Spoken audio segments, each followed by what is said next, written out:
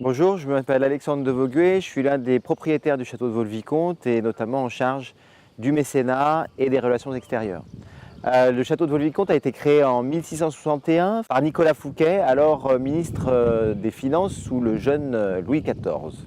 Et il va réunir là les trois meilleurs artistes de son temps, Le Vau, l'architecte, Lebrun, le peintre décorateur, et le nôtre, l'architecte paysagiste. On garde ici en mémoire l'esprit novateur, entrepreneurial de Nicolas Fouquet. Il a réussi à mener un projet absolument gigantesque en 10 ans.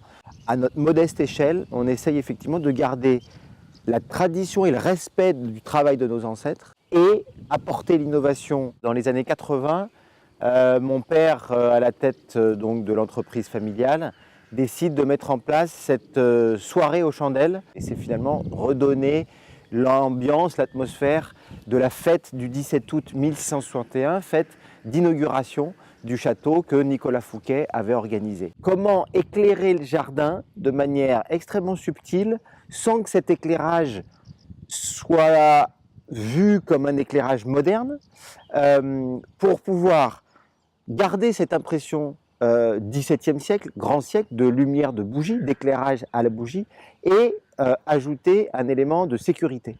Et donc on a fait plusieurs essais, de nombreux essais avec différentes entreprises, et on a réussi à trouver un éclairage par LED, donc un éclairage déjà qui est d'un point de vue environnemental qui est respectueux, d'un point de vue économique qui est de bon marché et qui en plus aujourd'hui grâce aux technologies et aux dernières technologies LED, on a la possibilité d'avoir des lumières chaudes.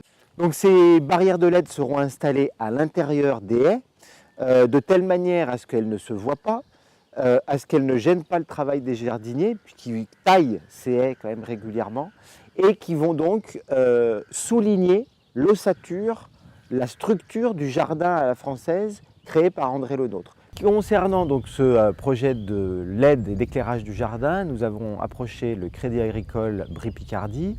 Ils se sont passionnés pour un projet effectivement innovant, pour un projet local et pour un projet qui apportait de la créativité et un respect de l'environnement.